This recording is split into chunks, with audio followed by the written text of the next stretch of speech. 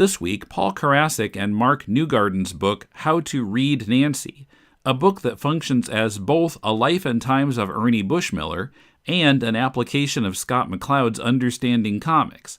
Patrick and I review. Plus, Roland Mann, Dean Zachary, and Kevin Gallegly, all alumni of Malibu Comics in the 90s, join me to talk about their work on the return of Roland's series, Cat and Mouse. First, I'd like to thank our patrons for keeping this show going. Join them at patreon.com/deconcomics. This is Tim. This is Patrick. And this is Deconstructing Comics.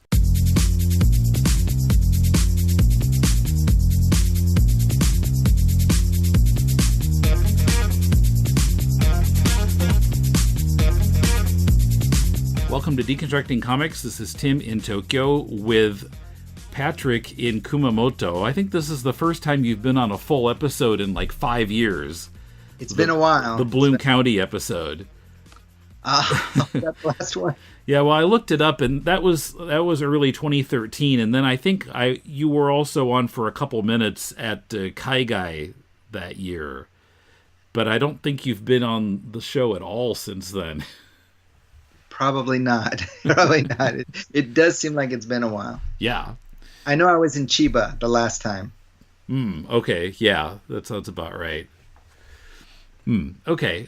So we're going to talk about a book that's pretty new. I think it came out, last year? Yes. Called How to Read Nancy by Paul Karasik and Mark Newgarden. And I was kind of scratching my head at first. Paul Karasik, why do I know his name? And then when I looked at it on Amazon and looking at the stuff about the authors, and then reading that, it was like, okay, so he and David Mazzucchelli adapted Paul Auster's novel City of Glass into a graphic novel, and Kumar and I talked about that way back in episode 167. Wow. 9 years ago. Dang. I've still got the books on my shelf, too. I dug them out. Like, oh, wow, it's been 9 years ago already? Oh, my gosh. So that was why I knew his name.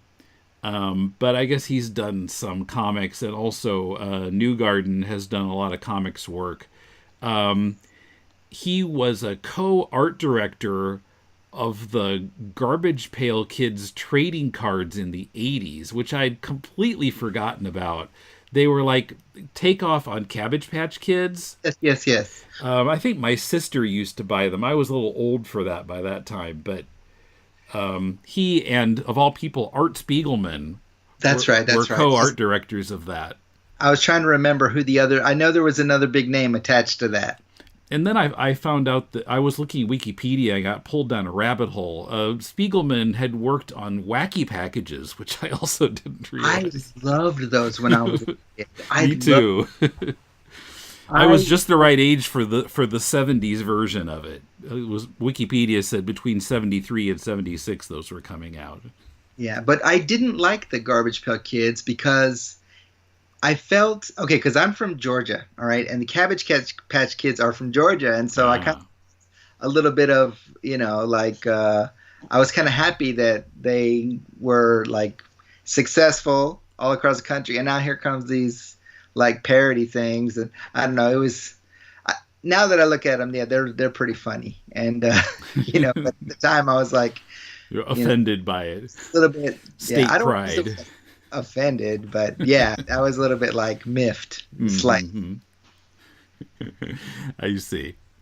So the book, How to Read Nancy, this is, of course, referring to Ernie Bushmiller's comic strip, Nancy, which, as a Sunday comics reader or, comics page reader in the 70s,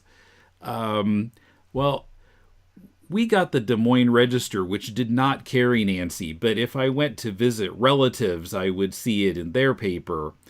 And it seems like my brother and I never really liked it, because it mentions this in the book too, that for a lot of younger people, it feels kind of out of it. Even in the 70s, it seemed like a real throwback, and the characters were so stiff, and I rarely found it funny. Interestingly, looking at the strips that are reproduced in this book, I found myself cracking up repeatedly. So maybe it's just an age thing. I don't know. It didn't appeal to me then.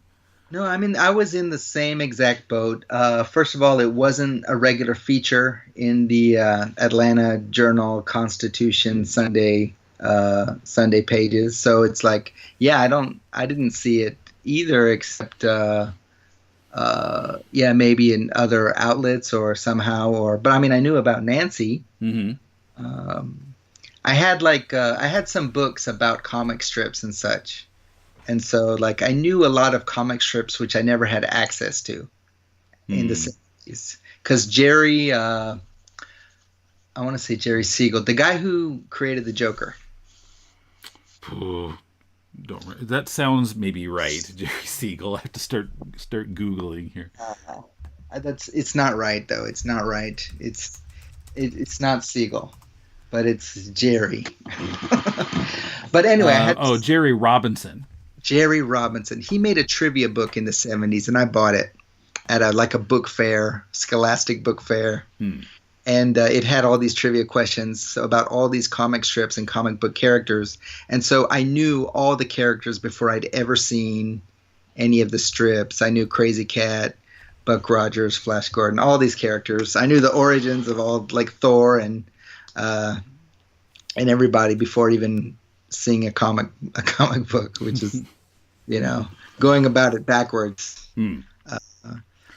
But yeah, I like Nancy. I wouldn't like, oh gosh, can't wait to read. That would not happen. And actually, when the first time I heard about this book, I was like, I don't know. Well, and the way that it's written up, like if you look at the blurb on Amazon, and pretty much mirrors my expectation. I mean, I knew that it was going to look at one strip, in a lot of different ways and kind of break down how it was put together, like really and truly deconstructing a comic, like one comic strip.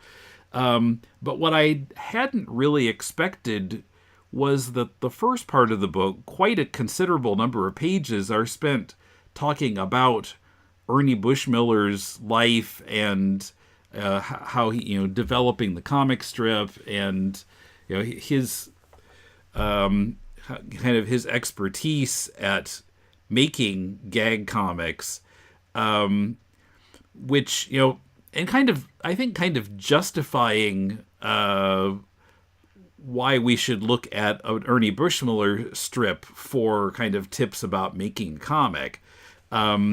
Because I like I said, I never really appreciated him at the time, but if someone points it out, like, oh yeah, he was really good at this. Well, I knew that that there were people who had a special appreciation of Nancy because of Scott McCloud's game, 3-Card Nancy, I think it's called. Oh, where they take panels of Nancy, and then they would like play it like cards or put them together and make stories, and how, because the panels are or the stories themselves, they're just like we read in this book, like there's the world itself is so simple and like almost iconographic that it's very easy to put together panels from completely different stories. So I never tried to play it, but I was like, oh, okay, that at least got me thinking that there might be something to this strip which I didn't know about. And so even though, yeah, the first time I read about the book coming out, it didn't hit me the first time. But when I read, like you just said, the blurb, I was like, right now I'm looking for new ways to look at comic strips. And so I was looking at this as a possible approach to and I didn't actually realize that it was the same strip going all the way through. So that was like really eye-opening and interesting. And like you said, the first part is really rich about his life, but about not his life as so much as like his craft, like his professional life. for himself, the professionalism, like the Japanese would say, like the kejime, like just like decide this is how it's going to be, and I'm going to be true to that. And yeah, it's I had totally new respect for the Bushman. Well, and you can also get a lot of.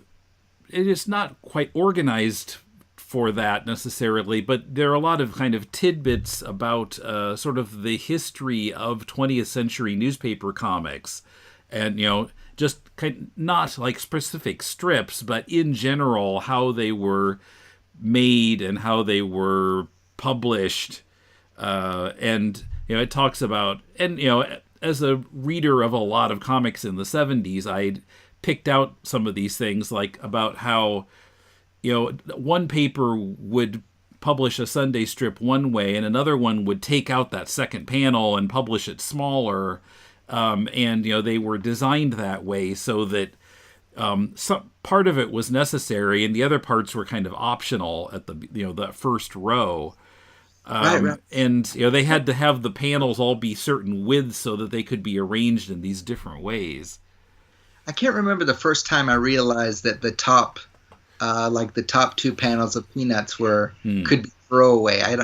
Maybe it was when I visited relatives in Missouri or something.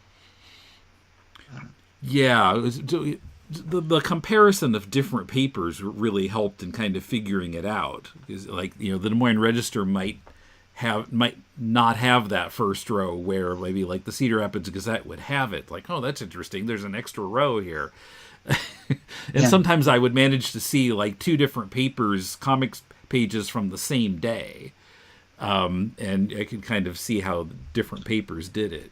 Well, yeah, because you'd visit relatives and then you'd come back and the Sunday paper is still on your lawn in the plastic. And so you'd get that.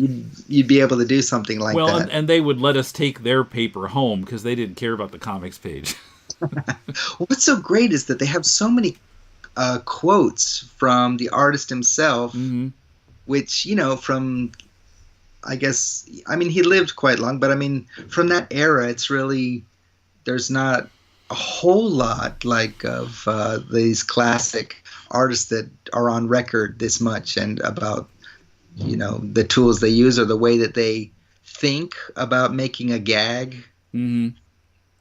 Yeah, well, and they said they had to kind of dig for like interviews with him because there weren't that many.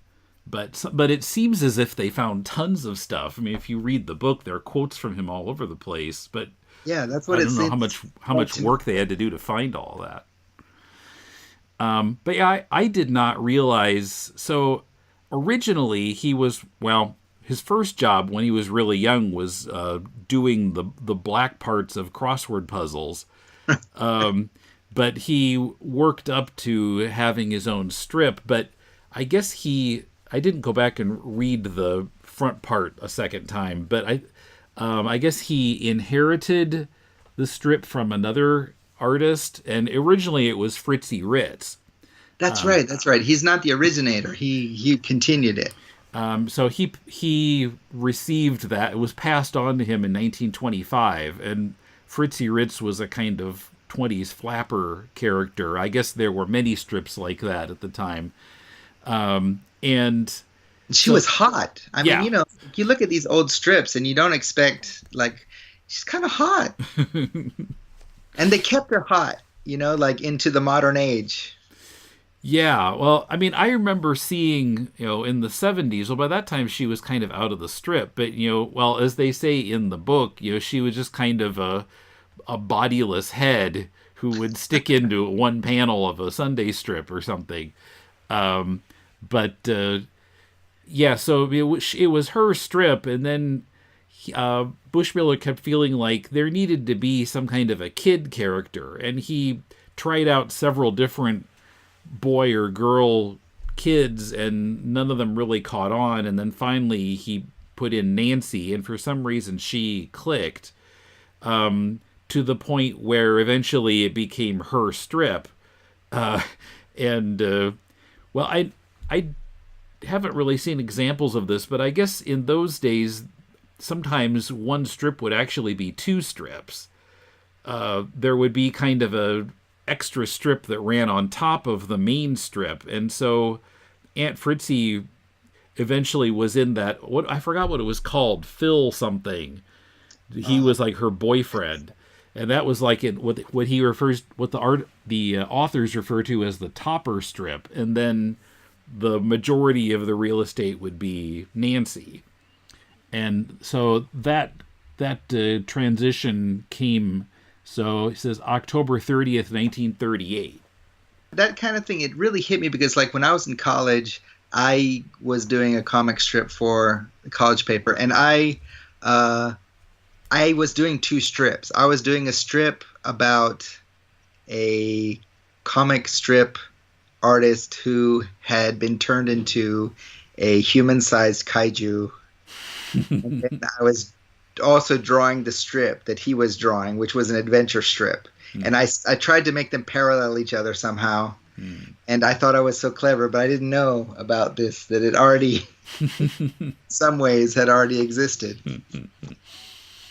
Yeah, and he mentioned Sluggo was introduced still in the Fritzy Ritz era, but once Nancy had another kid to interface with, that was kind of the end. It became a kid's strip then. It was she and Sluggo took it over. Yeah. They, I think going back to like the fact that he did the crossword squares. Mm-hmm. I mean, doesn't that kind of like really tie into his very even, straight, same width lines that he uses? It's kind of, Yeah, well, the authors, plural, they talk about how, doing all those straight lines for the crossword puzzle kind of carried over, yes, into, all the straight lines in his strip. One other thing we should mention that I put in my notes here, not only was he the youngest person up to that time to have a feature strip, and he held that title, I guess, for decades after. I don't know who was younger, who came later, but also he was a writer for Harold Lloyd's 1932 movie called Movie Crazy. Harold Lloyd was a big comedian, started out in the silent era. Silent era, yeah. That really surprised me. He was not just a comics writer; he wrote a movie, and that helped him coast through the Depression. It wasn't really a hard time for him. He had that movie money coming in. That's right. Well, basically, like he did what like a lot of like comic writers did in the 70s and 80s, is which he wrote gags, or he wrote like gag situations and pitched those, and they used what they could. So he was basically not really writing a whole movie or story. He was doing like what he kept on doing, which was writing gags. Trying to find the perfect gag. It sounded like he was like this surfer guy looking for the perfect wave.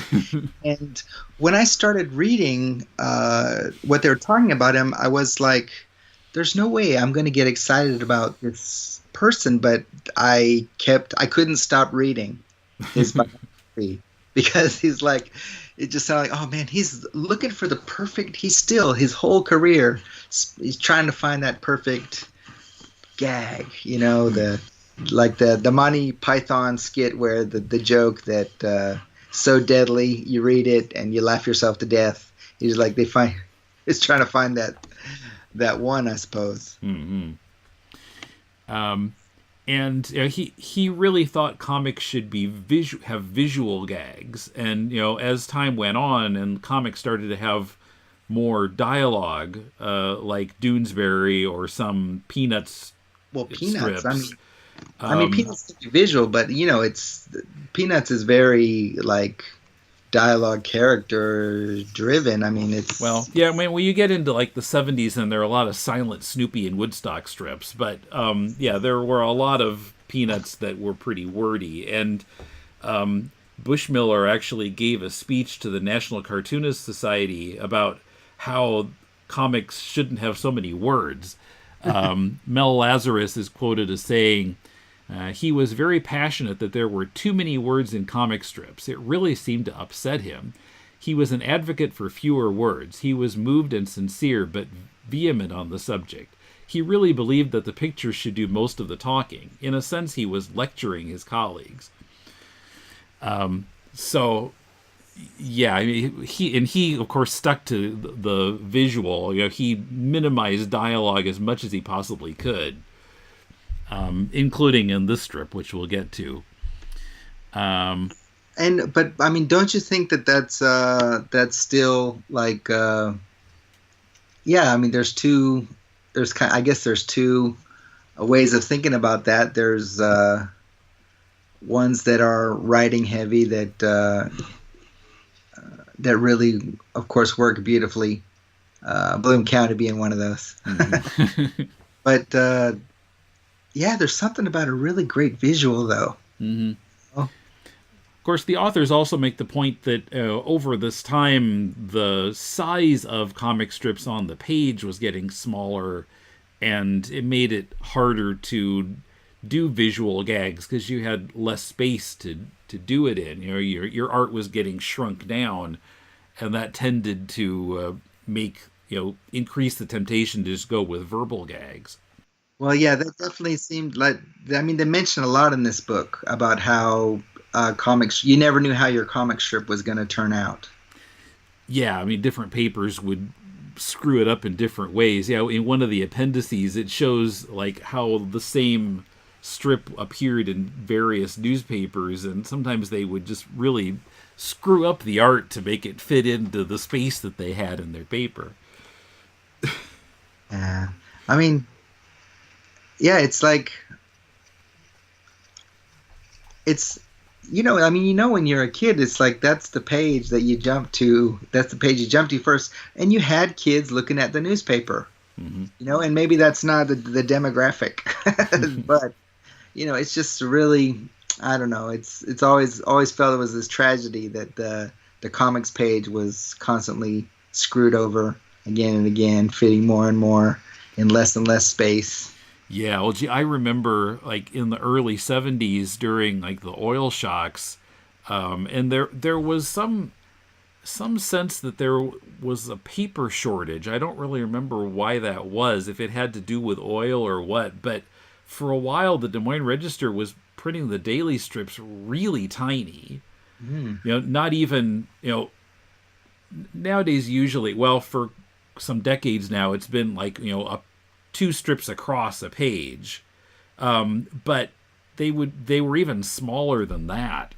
They were, for I don't know, a few weeks they were really tiny, but I think people complained about it too much and they had to increase them again. They were hard to read. Yeah, like when the first time that I saw like a vintage comic page was from Bill Blackbird's Sherlock Holmes in America book. Okay.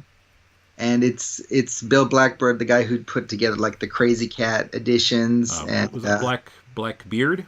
What did I say? Did I say Blackbird? Blackbird, yeah. Sorry about that. Yeah, Blackbeard. So in this Sherlock Holmes in America book, it mentions like Sherlock Holmes incarnations in theater and movies and TV, but it has a very rich section of old comic strips in which there's parodies of Sherlock Holmes, etc. And these full page, like half gag, half adventure strips were just amazing to me. It was just like, it's just this whole other weird world that I didn't know existed. Mm-hmm. And so I think my interest in the kind of the vintage and the retro started pretty young, thanks to that book. I only had that book because my biological father is mentioned in the book because he wrote a stage a script that was performed by a Sherlock Holmes theater troupe. Yeah, I was exposed to some of those old comics in the 70s. My grandparents for a while were getting Good Old Days magazine.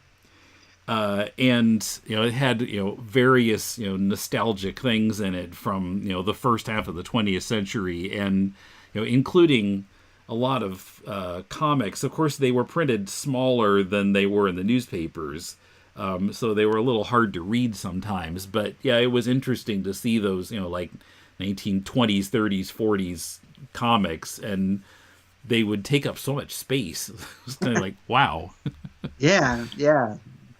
It was yeah. So you want to talk about? Yeah, let's get to the strip itself and the deconstruction of it. So, okay, the strip itself, it's from August 8th, 1959. It's 3 panels. In the first panel, so we see Nancy's kind of back, and she's standing kind of behind a fence or kind of peeking around it, and she sees Sluggo with a kind of holster on with a star on it, and he's got a white squirt gun in his hand, squirting it at in the face of a little girl and saying, "Draw, you varmint." And then in the next panel, Nancy's not visible. The action is a little bit further away from us, but Sluggo has turned around the other direction. He's facing to our right now, and he's switched hands on the gun, too. He's holding it in his left hand, squirting a boy in the face and saying, "Draw, you varmint." Then in the final panel, which takes like the last half of the strip, well, the left half of that panel, we see black hose that's connected to a spigot on the side of a house, and the fence again. And Nancy is standing, and she seems to have she seems to be a little bit more forward somehow. A little bit more of her head is past the fence towards Sluggo, and the hose is stuck into her stance. I would say she's more aggressive gunslinger stance. Well, yeah, or the authors say that her pose looks sort of like Superman's pose. She's got her hands on her hips, but the hose is going directly into a holster that she's wearing. So we can assume, and this is an important point they mentioned, we can't actually see the pistol type. What's the right word? Kind of squirter. They have a special nozzle. On the end of the hose, but we can assume it's there because there's not water spraying everywhere. But Sluggo is walking towards her and a little bit kind of towards us. It's kind of a 3/4 angle on him. He's approaching her. His hand is going for his squirt gun in his holster, and he's saying, "Draw, you varmint," one more time. But we can tell that Nancy is about to give him considerable amount of water in the face. And so they look at the strip 44 different ways. Yep. Shall I read all of the titles? The strip, the gag, the last panel, dialogue, balloon placement, Sluggo, Nancy, the extras, the other boy and girl get squirted in the face, Nancy and Sluggo, their interaction, Ernie Bushmiller, the signature, the water gun, the pistol grip nozzle of the hose, the leaky spigot, the hose, strip uniforms, he's talking about the clothes that the main characters normally wear, the cowboy outfit on Sluggo, because he's wearing a completely black kind of vest that he normally doesn't wear, along with his holster. The horizon line, the background, the fence, the house, forces of nature, action, Nancy and the fence, her interaction with the fence, second panel shifts, character design, gesture, facial expression, lines of vision, composition, spotting blacks, negative space, rhythm, the inked line, lettering, balloon design, the modified silhouette, which refers to when a horizon line or some kind of line goes behind a character, leaving a little bit of white space around the edge of the character so that the character kind of moves forward a little bit and isn't kind of running together with the background. Motion lines, surface pattern, punctuation, type, referring to the indicia in the comic, copyright and stuff, the panel gutters, panel size, the fourth panel, the implied fourth panel where she's squirting him, and drawing some conclusions. Okay, so we can't talk about all of that or we'll be here all night, but we can talk about some of those aspects. Where should we start? Well, I mean, I think, there's no right way to approach, but I think there's a couple of points which they brought up, which I don't 100% agree with. But they got me thinking about things that I would never have thought about. Oh, like, yeah, me too. I look at a strip or a comic book, and I think I'm looking at it from quite a few different approaches, but not 44 approaches. But there were just some interesting things. There's a lot of things that it makes you think about. He talks about like Sluggo's character and how he's spraying those kids at the same time that he's saying "draw you varmint," which is, even though the bad guy is supposed to be the varmint, he's the one who's kind of acting like a varmint. Now, the reason I read that a little bit differently is because I look at time within the same panel as a little bit more fluid. Like, you start reading the dialogue. By the time you finish the dialogue, time has gone by. It's like when you see a fist past the guy's face, and then there's a mini explosion and the word "pow." You don't see the pow, but it's like that whole time is supposed to be encapsulated within that panel. So I looked at him saying, "Draw you varmint," and then being a quick draw and actually spraying your eye by the time it gets down to the actual panel. That's when he's spraying. Mm-hmm. So I look at it as he's a fast draw, not that he's cheating. So that's why the third panel, when he says, "Draw you varmint," we're just cutting into the action a little bit before he draws, because we know Nancy's probably going to outdraw him. Mm-hmm. So there was things in there that I think like they tended to take like this is how we look at it, and it didn't. It was very like per each. Well, no, it's great. They give context. Like they talk about like the era, like why, like the nozzle thing, the nozzle. When that was on the market, and when it was probably common enough that everyone would assume it was there in the strip. Right. And then they talk about the text, or they talk about what's actually happening in the panel, and they give you a lot of things to think about. But like in that case, I thought they needed to maybe expand a little more, even though they've done quite a bit of expanding. Oh yeah. But that's how I read that panel differently than they did. Of course, this strip in 1959, it's coming out in the heyday of Westerns, and so any reader at the time would have probably seen a million Westerns and have heard "draw you varmint" a lot. Nowadays, it might seem a little anachronistic to have cowboy stuff going on in a strip like this, but it fit the time. But he talks about. I keep saying the author is he. They talk about how the Sluggo's dialogue is, his line that he repeats is just the right length. If he just said "draw," you would go through the strip too quickly.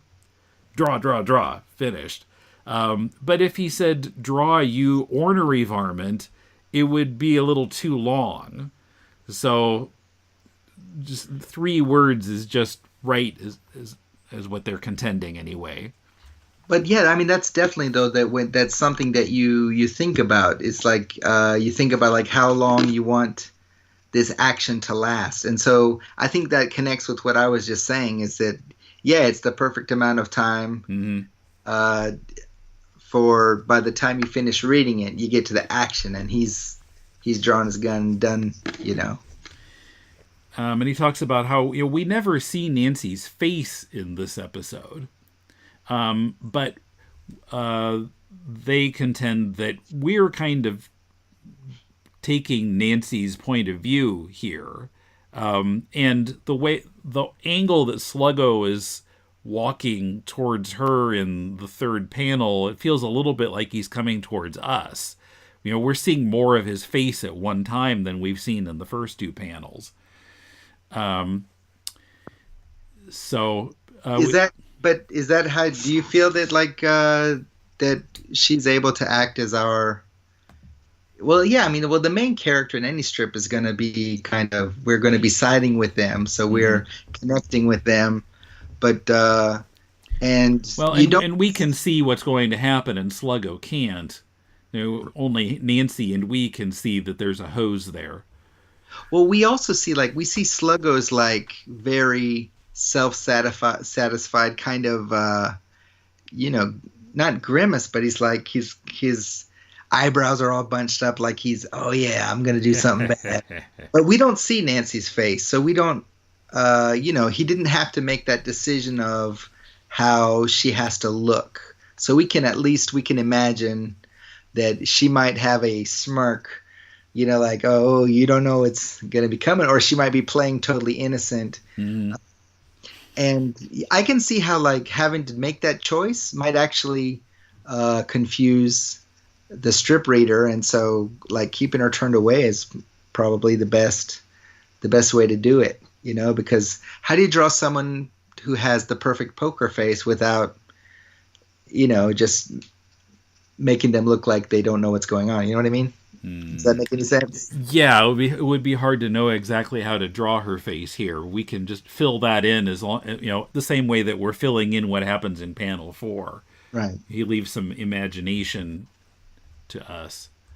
When I just love I've been in the mood for a long time to just really get into the nitty-gritty of talking about comics, and then this book just scratched all the itches. It's when it talked about the faucet and saying why there's 4 drops instead of 3. Yes, this is the kind of stuff. Yeah, can you talk about why there were 4 drops and not 3?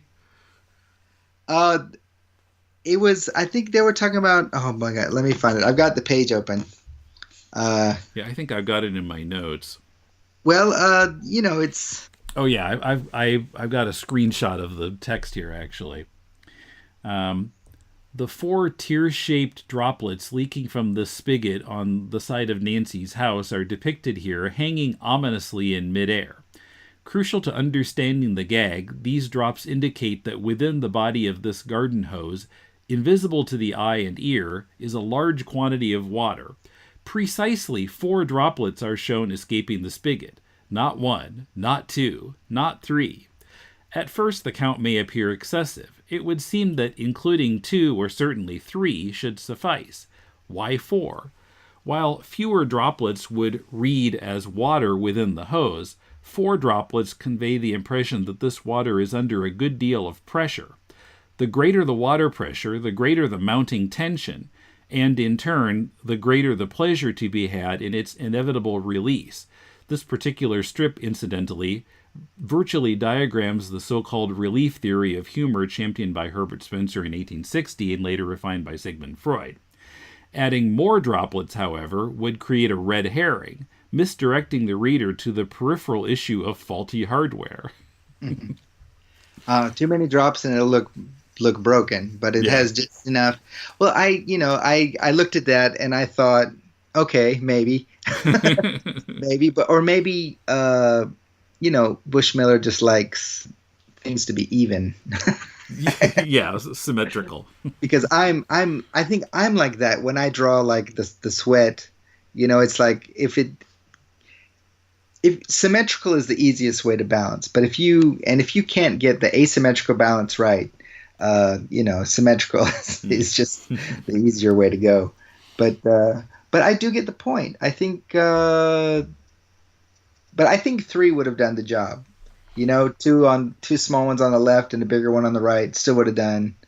still would have done the same job. So I think in this case they may be reading a little bit too much into it, but that's okay. It's so much fun. That's the fun of this book, is that they really take it uh, to uh, to some kind of conclusion, some kind. There's a logic there to that they're building on. They're using.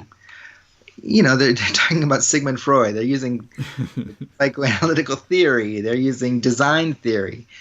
So it's like having these multiple approaches is exactly like what how we should be looking at comics. It's like you only hear about the writing or you only hear about the art, and it's usually balanced toward one very strongly or the other. And this, even though it's very much focused on his visual artistry, but it really puts there's a lot of good information about the idea, and basically the text of the thing.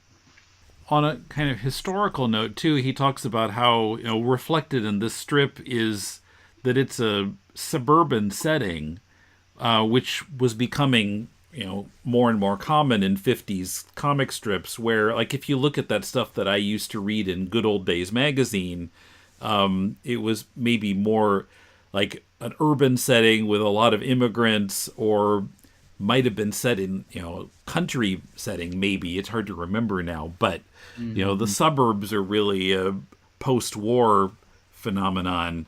And, I think from the 50s on, you see a lot of suburban strips, High and Lois and, Peanuts, really. Peanuts seems suburban. Penultimate, suburbia, I think. So that was interesting.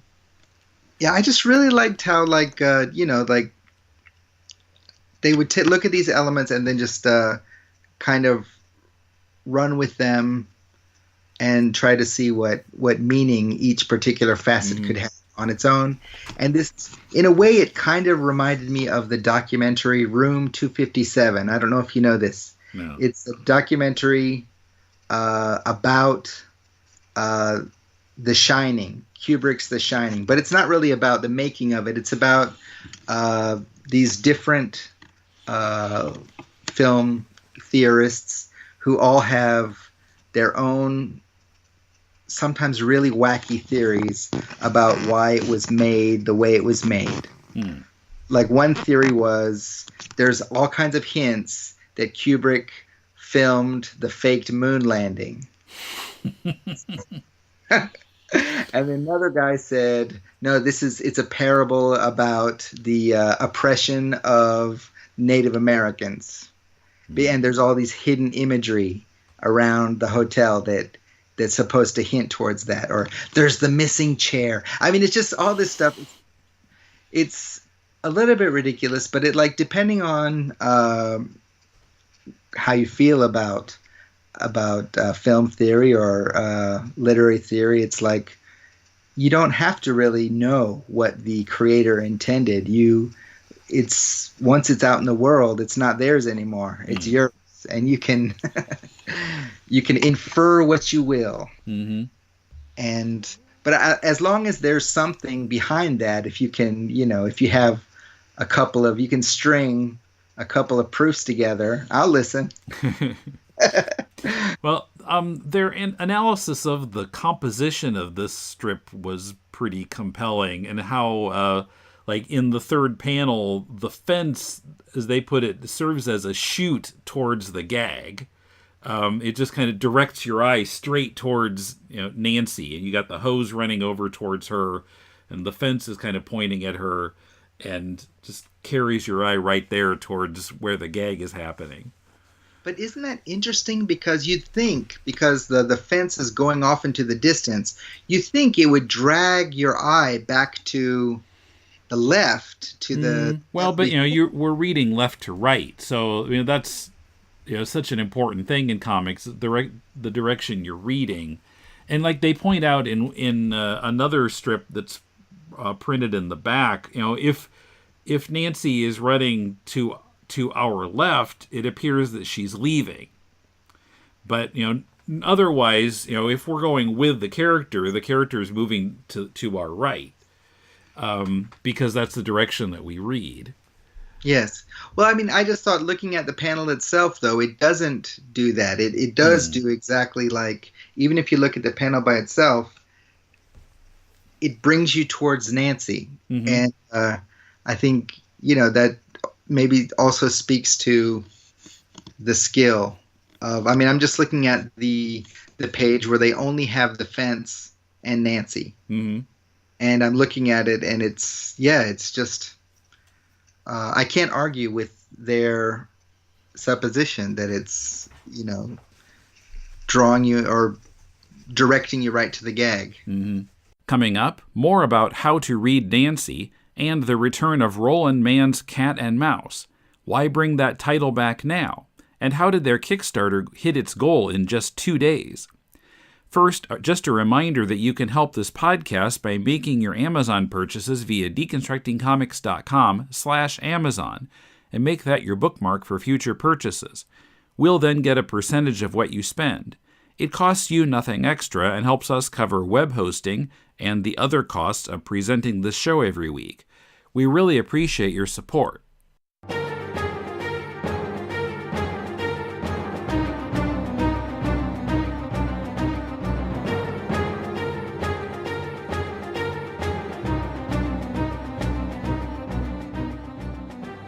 Are you willing to follow me on a journey and risk getting lost in a swirling maze of past ages, protected only by our red indestructible capes as we break through the final unexplored realm of the time barrier to explore the fantastic Silver Age adventures of the world's greatest hero, Superman?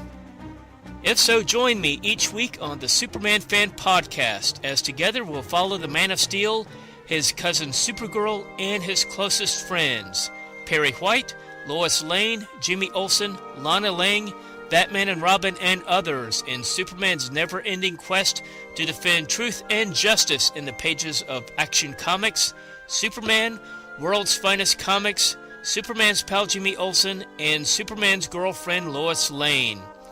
Go to the supermanfanpodcast.blogspot.com, available on iTunes and most other podcast aggregators. You can also follow the podcast on Facebook, Twitter, Tumblr, Medium, Flipboard, and Stitcher. And after you listen, feel free to send email to supermanfanpodcast@gmail.com.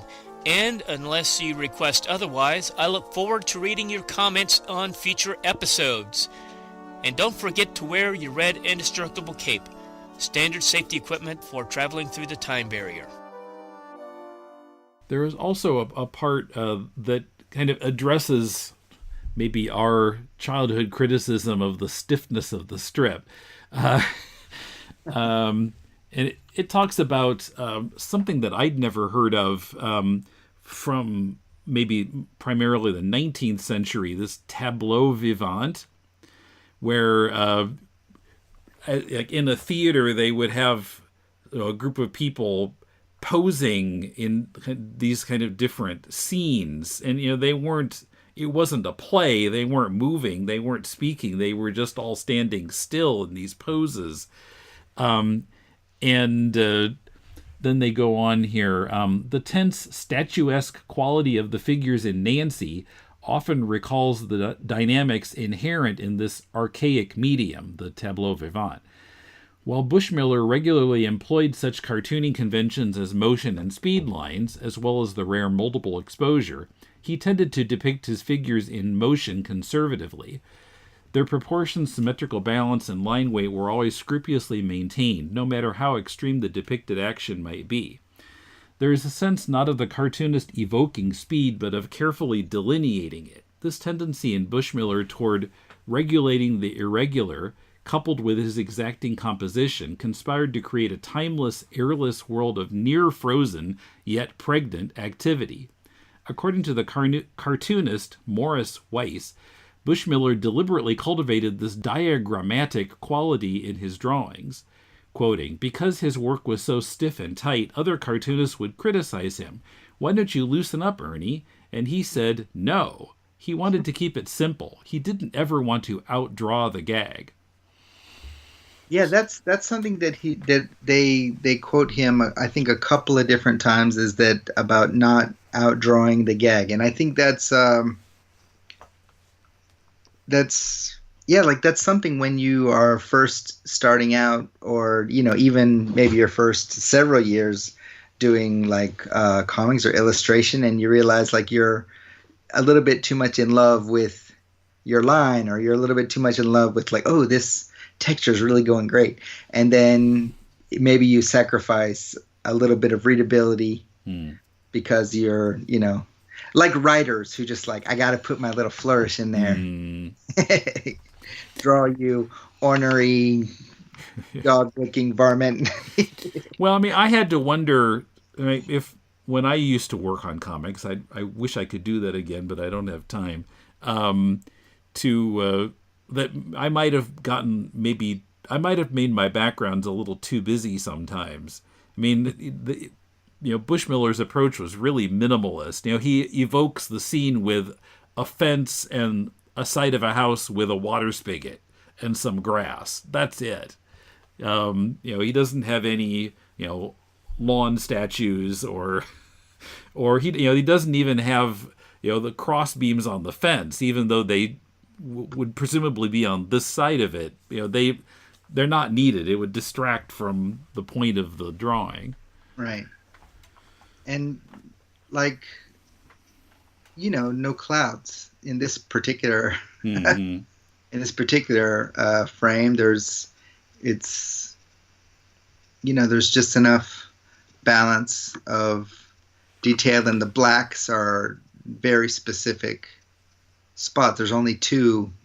There's the hose, Nancy's hair, and Sluggo's vest, and everything else is just thin lines and a little bit of gray dots on Nancy's clothes. But it's it's the minimalism that I think that's what Scott McCloud was drawn to when he thought about that game, and how it can be used. I think what they're talking about, how there's not a whole lot of exaggerated movement. If you look at, any European gag strip, the lines are super expressive, and the movement is, and even Tezuka or Kirby, it's one panel, but you can see the movement. You can see the character almost jump off the page at you. And, that's possibly what maybe kept me and you from jumping onto this strip. Our eyes don't, just maybe slide off it a little bit. And it took us, how many years, Tim? How many years did it take, Tim?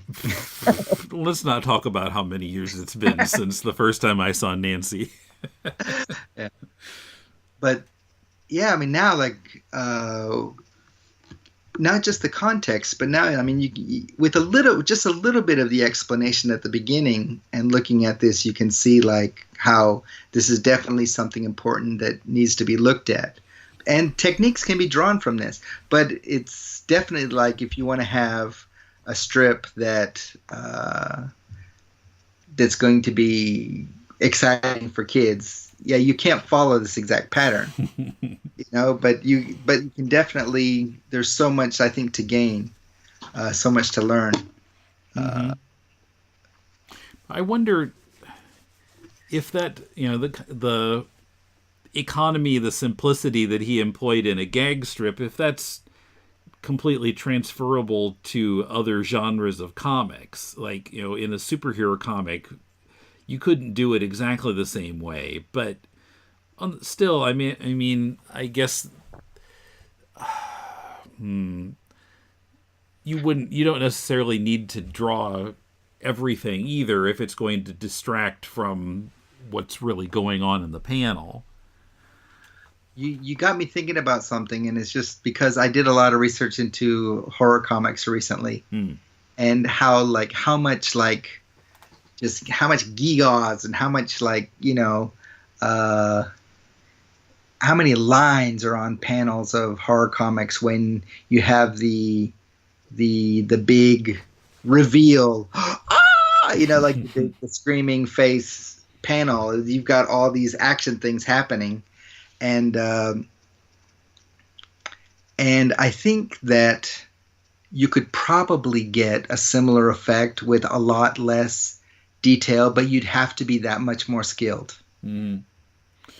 Yeah, I'm remembering now something Steve Bissett put on his Facebook page a few months ago. I believe, I'm a little fuzzy on it now. I believe that it was a movie poster for a samurai movie.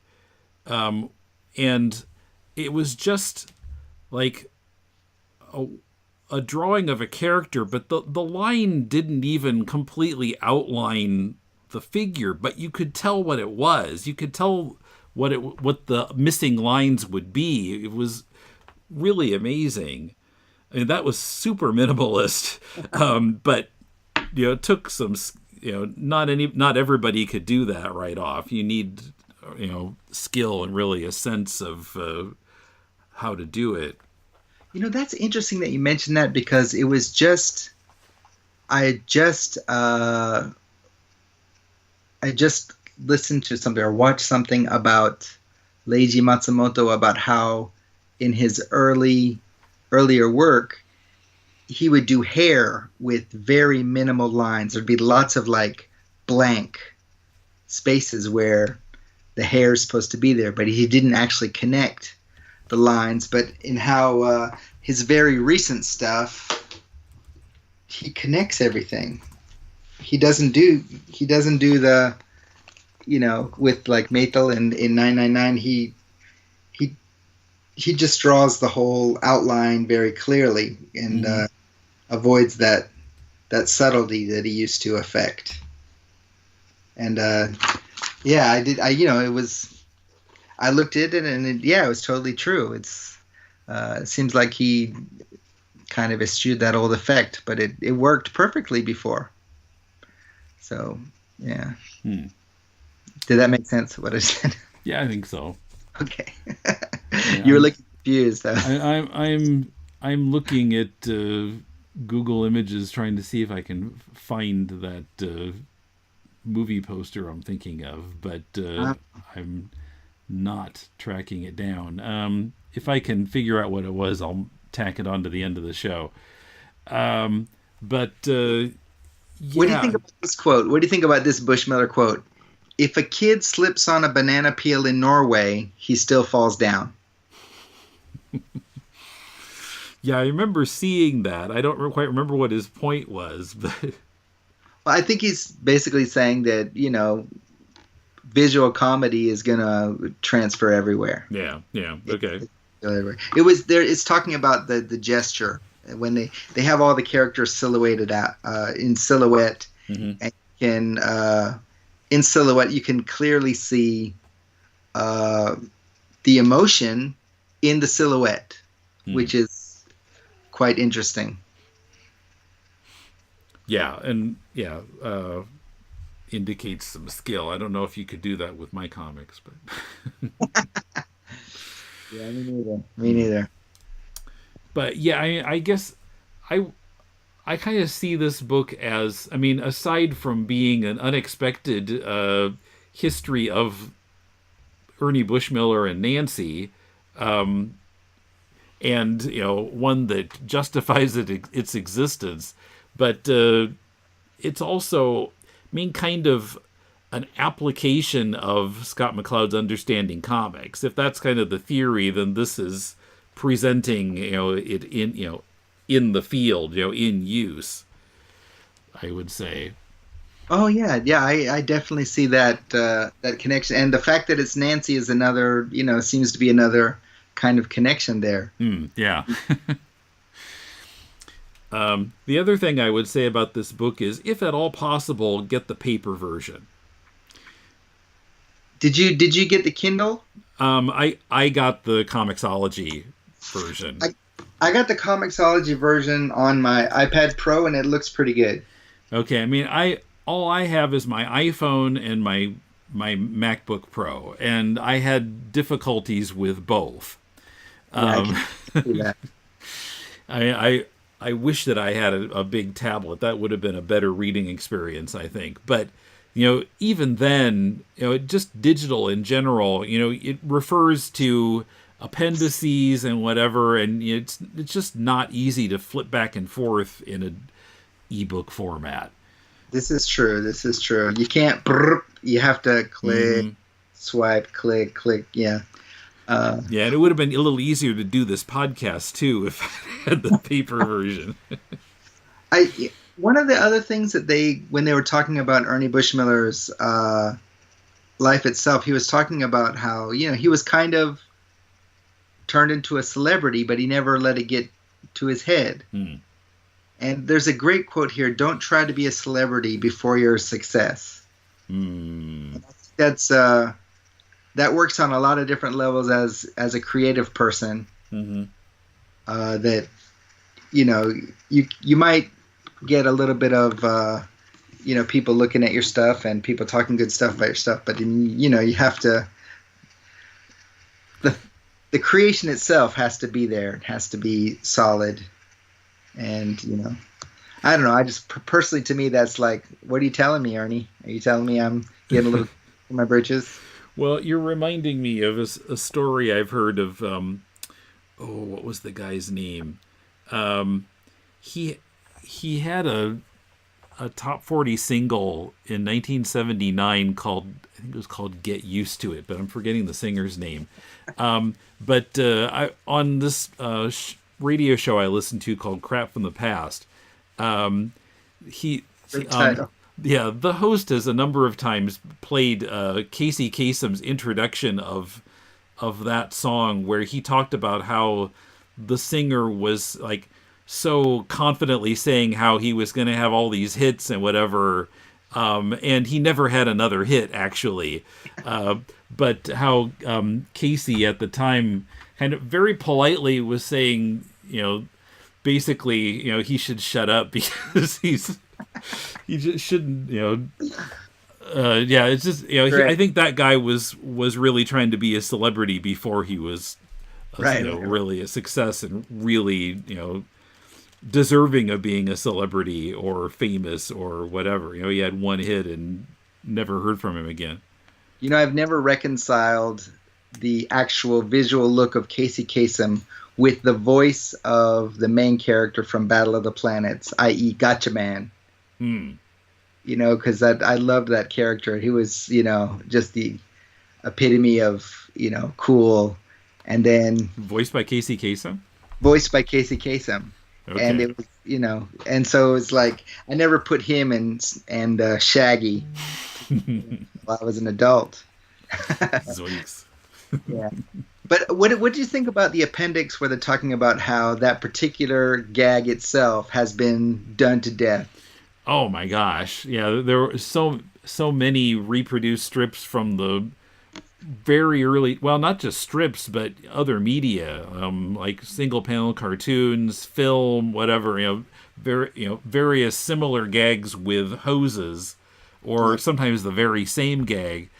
Well, this is the thing. Okay, I remember doing this exact same thing without knowing this gag. I remember doing this exact same thing, going, hey, the hose doesn't work, and tricking my next door neighbor into, looking at see if it's stuck, Yeah, and then the person's looking at it, and then you go over and turn on the water, and the guy gets sprayed in the face. Yes.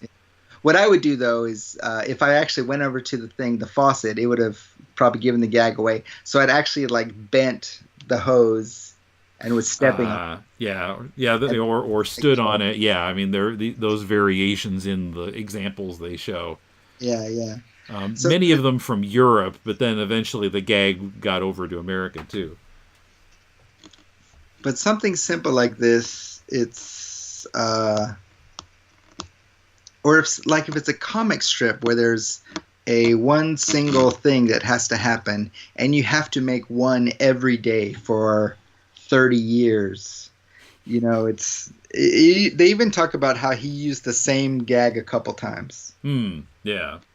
And I think that a lot of like comic strip artists who have done the same strip for the longest time, they tend to accidentally or maybe on purpose recycle. I know some of those old strips are the same joke forever. Yes. But yeah, I don't know. I looked at that and I thought, when it's this many copies, or when it's this many different comic strips with the same exact gag, it's hard to point fingers. You're all plagiarists. Right.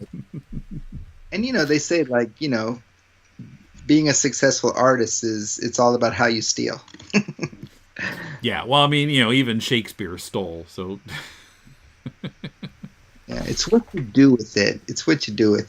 Right. I mean, if you're Shakespeare, you take it and improve on it, but. Yeah. But don't get me started on Roy Lichtenstein, because, like, me and very good friend of mine, we've decided not to talk about it with each other anymore because we made no progress whatsoever. I was willing to listen to what he had to say, and I tried to process it, but no, I hate the guy. So your friend was arguing for Lichtenstein's genius, and you were arguing for his plagiaristic tendencies. That's right. I felt, well, to really quickly sum up, I felt that if you have a point to make and you can't make it within like 2 or 3 series of a show or 2 or 3 shows, then, you're not trying to make a point, because he did that for how many years and how many times. It's like, if he had a point to make, he could have made it, and he could have made it without plagiarizing. He could have made the same point using the same dots, using the same, emulation. I mean, obviously, if there was a meaning in the copying of it, then that's one show, that's one series. You made your point, move on. But the money. Yeah, just keep doing more and more of the same, and keep reproducing panels. Yeah. So yeah. Anyway, that was my argument in a nutshell. Okay. But yeah, we should wrap up. But yeah, definitely recommend this book. Yes. I think if you're looking for an application of like how many different ways there are to look at a graphic narrative, this is amazing. I mean, I have to feel that, of course, some approaches are a lot stronger than others, but the fact that you can actually take all these approaches on this particular strip, there's probably a lot of comic strips or comic book pages that maybe you couldn't take all these approaches, and maybe you could actually take more approaches with some. But it definitely, like, as somebody who's interested in looking at that kind of thing, it's what the doctor ordered. How to Read Nancy is published by Fantagraphics.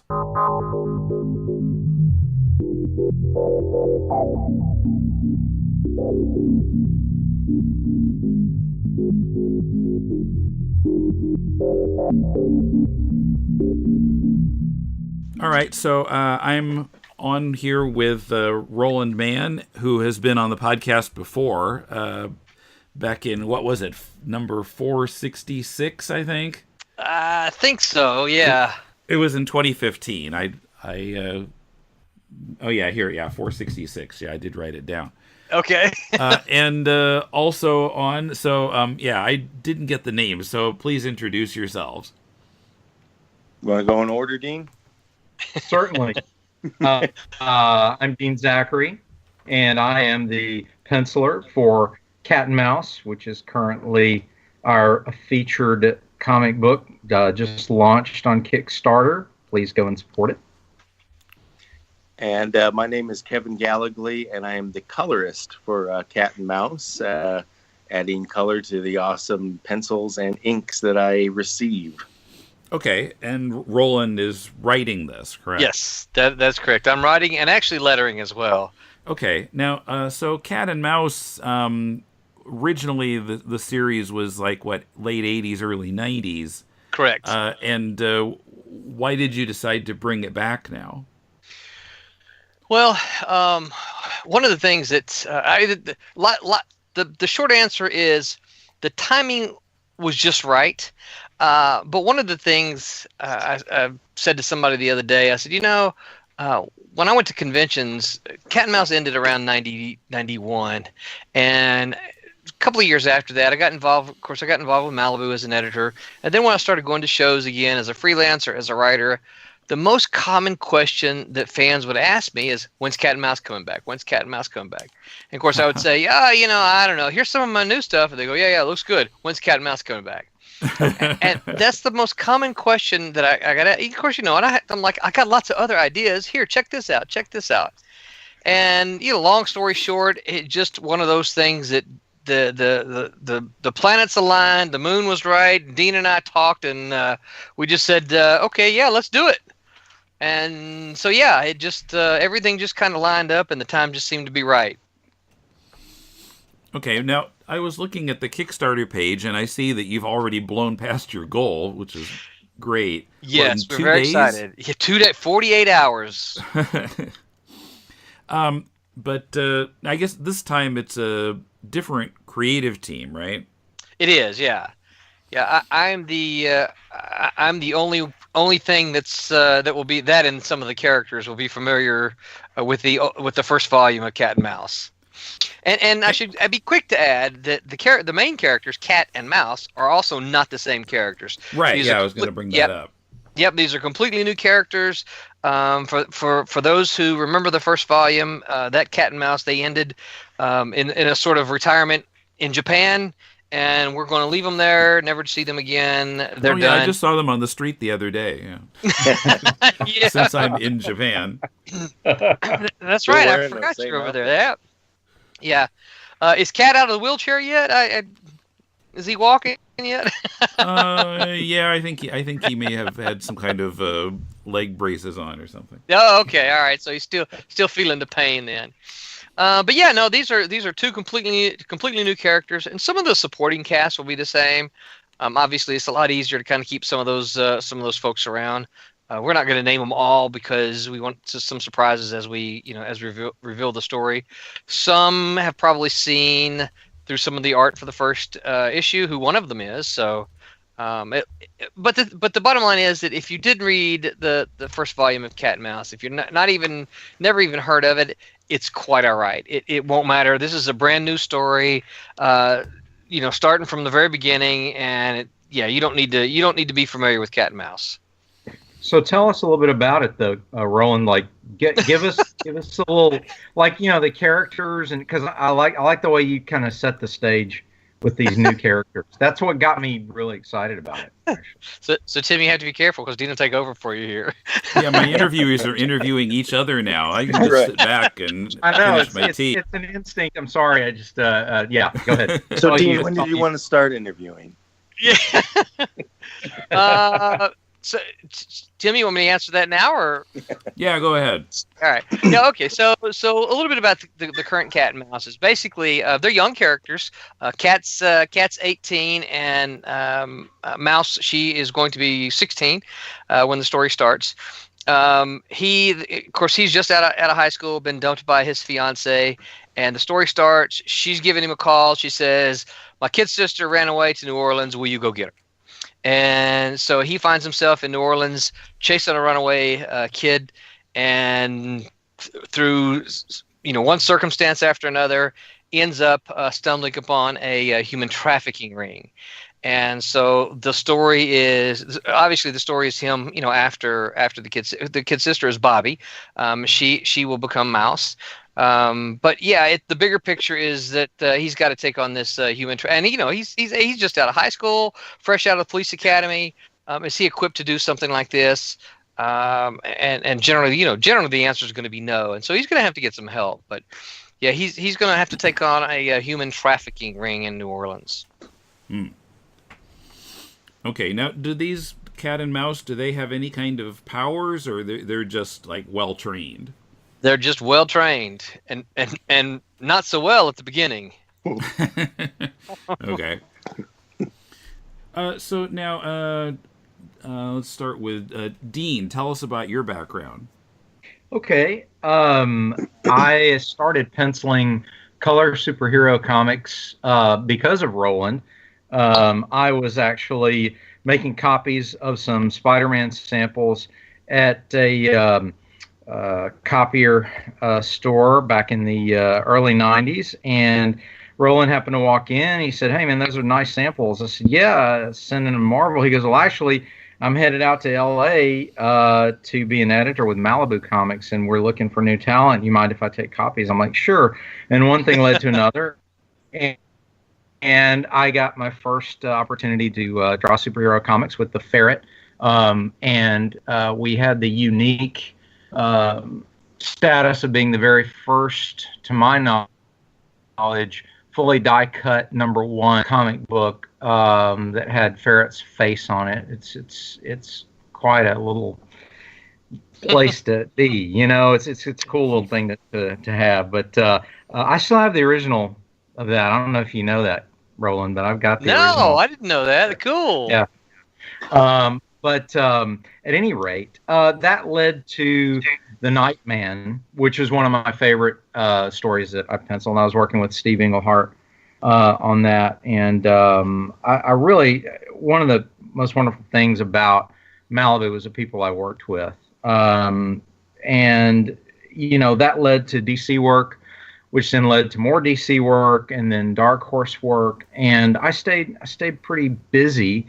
And then transitioned to other things, but never really got out of the comics business. It just wasn't my primary breadwinning gig for a long time. And then Roland and I started talking again just a few years ago, and we actually were working on another project, and our discussions led to some of the vintage projects like Cat and Mouse. And, you know, it occurred to me that was a playground. That's what I like to call it.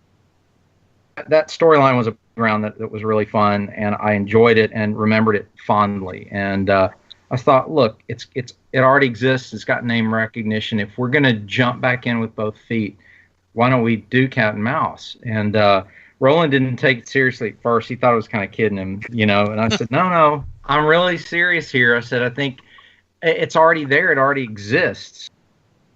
And I would love to put my stamp of particular taste on it. And so one thing led to another, and he said, let's give it a shot. And we work really well together. And I'm really complimented and honored to be part of such a good team. Barbara Kahlberg's inks over me are tremendous. She has that unique inker's ability to second guess what I want the final piece to look like, and Kevin likewise does so with the colors, and he tolerates my heavy art direction and ranting. Oh yeah, yeah, really beat me over the head. But I work with a great team, so I'm really excited about the project, and can't wait to dive right into #2, that's another thing. You know, we're wrapping one. I think page 22 is on Barbara's drawing board, inking board, and so this is not one of those situations where we lag and hang around. I mean, we're getting it done. I mean, #1 is basically all but done except for that page. It should be done within the week, really. Yes, because Barb gave us a peek of it the other, like last night or night before that was Wednesday night. Yeah, Wednesday night. Yeah. Yeah, and it was about a third to half done already from Barb's end. So yes. And so, Kevin, tell us about yourself. Hi. It's fun to say that my first job out of art school was actually at Malibu Comics. So I was working as a colorist on books that Roland was writing, and Dean was probably drawing because I was working, and Barb was probably inking, as a matter of fact. So that was a fun time. Marvel ended up buying us, and we became the coloring house for a lot of the major titles in the mid 90s. So I got to work on a lot of those really cool titles as well. And that was a lot of fun. Didn't last forever, but I was able to transition into a really fun animation career for a long time, being a color supervisor at Klasky Csupo, working on shows like Rocket Power and As Told by Ginger, Wild Thornberrys, Rugrats, all these shows the interns that I work with now watched. So that's a little wacky. Did that for a few years. Got to do a really fun job art directing a show called Tom Goes to the Mayor for Adult Swim for Tim and Eric. And that show was completely insane. Had a real fun time creating this world, working with all these different actors. Had a real fun time. So you can see it bounced around. And now I've been doing visual effects, matte paintings for the past few years for a couple different studios, working on Gotham and Stranger Things, Westworld, Grey's Anatomy. Then I always got to throw Grey's Anatomy in because people go, what? Special effects? Yeah, right, exactly. And it's not just medical stuff. But I ended up, just through Facebook, we still, thanks to the magic of that, we were able to still stay in touch. And Roland put it out there. Hey, I want to do this book. Would you be interested in taking a look at it and doing some color? And I looked at the artwork. I was like, oh, this is for real. This is, because, we've all been down that rabbit hole of, hey, I've got a project. And then you're like, oh, what did I get myself into? But this was I can't wait to get myself into this. This looks like a lot of fun, and I get to really stretch my wings as a colorist again, and really get to explore and treat it more a little closer to a graphic novel, because we really get to spend some more time on it, and we're the ones doing it, so we're the ones making ourselves happy, and it's been a lot of fun. Okay, great. And then the inker Barb couldn't join us, but tell me something about Barb. Roland. Well, Barb, in hearing her tell the story, I can't remember what she said her first gig was, but I know she said she went out to, I think San Diego. I think she said 87, and had an inking portfolio. She started as a painter and had an inking portfolio out there, and she said just got ripped to shreds. And so she spent the next year developing her inking skills, and then went back, I think, in 88, and I may have the years a little bit wrong, but it was around that. And she said she was pretty much hired on the spot. And one of her first gigs, first long-running gigs, was with Malibu Comics, who was publishing Planet of the Apes at the time. And she's done, of course, she moved over and did a lot of stuff with the Ultraverse. I know she did some Mantra, some Solution, some Ultra Force, various things with that. And I know she's worked for other companies well. Unfortunately, I can't remember those off the top of my head. But I mean, obviously, our connection to Barb comes through the Malibu Comics connection. And that's something that we kind of all are kind of excited about, is that the four of us all have those Malibu Comics ties in one capacity or another. I was actually curious, Roland. Is this the first time a big group, or I mean, a big group, 4 people, but is this the first time we've kind of put something together since then? As far as I know. I know some, I guess maybe the question ought to be exclusively. I know that a couple of veterans, they get together, but then they bring some other outside people in to work with them. I know that Tom Mason and Dave Olbrich run a publishing company whose name eludes me at the moment. But then there's like 4 or 5 other people who work with them. So it's the 2 of them as Malibu veterans, but then they've got a whole bunch of other people as well. So to my knowledge, it's the first, I guess Malibu exclusive that. There you have it. We got the band back together. That's right. Yeah. Great.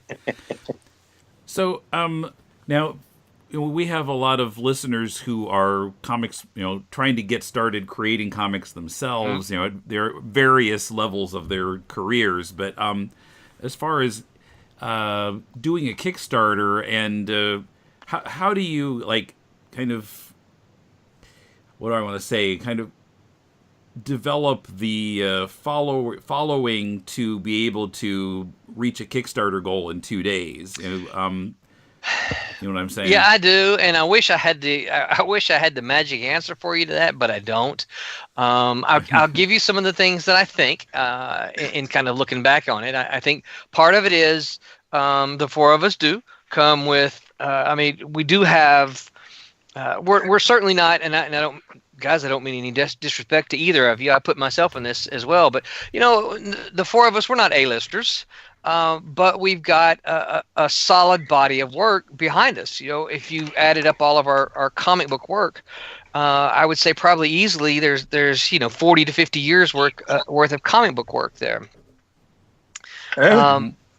Yeah, it makes us feel old, right? I need to. What's that you say there, Sonny? But in our respective skill sets, probably closer to 100 years of our specific skills. So I think we bring that. The other thing is, I think Cat and Mouse has some recognition, so that. Folks may not remember, necessarily me or what I did, or Dean or Kevin or Barb, but they're like, oh yeah, you know what? I remember Cat and Mouse. That's kind of cool. Let me see what's up with it now. So I think there's a little bit of that involved. I think I don't know. I think the industry, and I don't know how deep you usually get into this, Tim, but I think the industry is changing a little bit as well, and we could probably spend hours and hours on theoretical reasons, but Kickstarter is turning into a viable method of delivery to get the work directly into the hands of the fans. It's changing sort of the distribution model that we've worked with for the past 40 years. And, we can debate whether that's a good or bad thing, for a long time, but it's a real thing, and so. There are a lot of Kickstarters out there, certainly, some very, very incredibly successful Kickstarters that these guys just completely forego the use of, Diamond as a distribution model into the shops, but they don't need them because they deliver a product. They do their Kickstarter, they ship their product. And then the last thing I think that really kind of helps, particularly for folks who may not even know either of us, is that the product is done. And one of the things that I've kind of heard in doing my research for Kickstarter is that Kickstarter supporters don't like the idea that they're going to give money and then they've got to wait 6 months while you quote unquote do the book. They kind of like it more to think of, okay, here's the book, here's my money, send me the book. So they really want to use it more of like an ordering, like an online ordering thing. And so I think having the book finished, I think that's a big deal. I think it's probably as the industry continues to change, I think that's going to continue to be a bigger deal, because I see these Kickstarters, starting. Hey, we need, $6,000 so that we can, pay all of our team to do this thing, and then we'll ship the book to you in 6 months. And I think fans are kind of like, I'll wait until you get it done. This has been nice because we've done it because we love doing it, and if there's a payoff, well, great. Fantastic. Right. We all want the payoff, but absolutely, we've done this because we're having a blast, and we love sending each other updates and feeding off of each other, and it's been really fun being able to do that. Mm-hmm. Now, have you been do you think that people found out about it? Did you do social media or email lists or something, or did people just find out about it on their own by looking at Kickstarter? How did the word get out? Well, there's a little bit of I think a mix. One of the things I tried this time that I didn't do with my last Kickstarter is I set up images for 2 weeks before the Kickstarter launched, and basically every day I sent them the images, but we released a new image that said, Cat and Mouse Kickstarter, May 1st, right? The next day, Cat and Mouse Kickstarter, May 1st. So we tried to kind of pre-saturate it a little bit and let folks, because part of social media is that, you miss stuff. Okay, this was like Facebook or whatever you were sending these Facebook, out. Twitter, we used, obviously Instagram, LinkedIn even, pretty much any social media network that any social media network that we're plugged into, we tried to put that out there. I see. Okay. Cool. So so it's going to the end of May, right? Correct. Yes. Right, so people can still add some extra money to it so they can get in on getting the book, but it's obviously going to happen because you're way past your goal. Yes. Oh, yeah. Yeah, and I'm sure everyone says this about about the Kickstarters, but we've tried to come up with some fun stretch goals so the folks who have backed it will hopefully get excited to say, hey man, let's get to the next goal because we're all going to get a sticker, and I can put a sticker on my bumper that way or on my computer or whatever. And so, we're hoping that those who've already contributed will help us kind of spread the word, because from our perspective, it's like, okay, we've got our goal. Now let's try to see if we can get more people in to experience what we're trying to do. Mm-hmm. Okay, great. So yeah, there's still lots of for anyone listening, yes, please come check us out and consider consider pledging. The print copy, everything is very reasonable. We've still got some really good original art left as well. If you've got any original art fans, Dean's got some of his pencils up there. Barb's got some of her inks. You can still get it and this is great for your show too. If you're a budding colorist and you're like, what, I just like someone to look at my colors. There's a level on there that you can pledge to get the book, and you get a critique from Kevin. And he's already given you his resume, so you know what he brings. But he'll look at your colors, and then he'll spend a chunk of time speaking with you on the phone, talking about your work. It's it's a professional critique, and you get a comic book as well. Might even throw in some conversations about my cat. No extra, that's bonus. So if you're into comics coloring and or cats, right, this is the Kickstarter for you. Yeah, and there's also one for inking as well. So if there are any inkers out there, Barb will do the same kind of thing. You'll send her some of your inks, and she'll critique those and speak with you about them to help you improve as an artist. Okay, great. Okay, well, thanks a lot for this. This has been great, and hopefully you can get a few more pledgers from this. I hope so. I hope so too. Yeah, me too. I'll take it.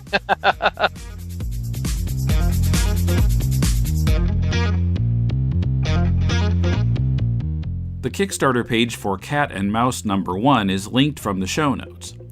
Tell us what you think. Write us at mail@deconstructingcomics.com or contact us through social media. Find all the links on the right sidebar at deconstructingcomics.com. We're also on the Comics Podcast Network at comicspodcasts.com and on comiccon.com, where our new episodes go up on Fridays, give or take a day. Also, please give us a review on Apple Podcasts, Stitcher, Google Play, iHeartRadio, or wherever you find podcasts. Tell the rest of the world why you enjoy Deconstructing Comics. Our theme is from bensound.com.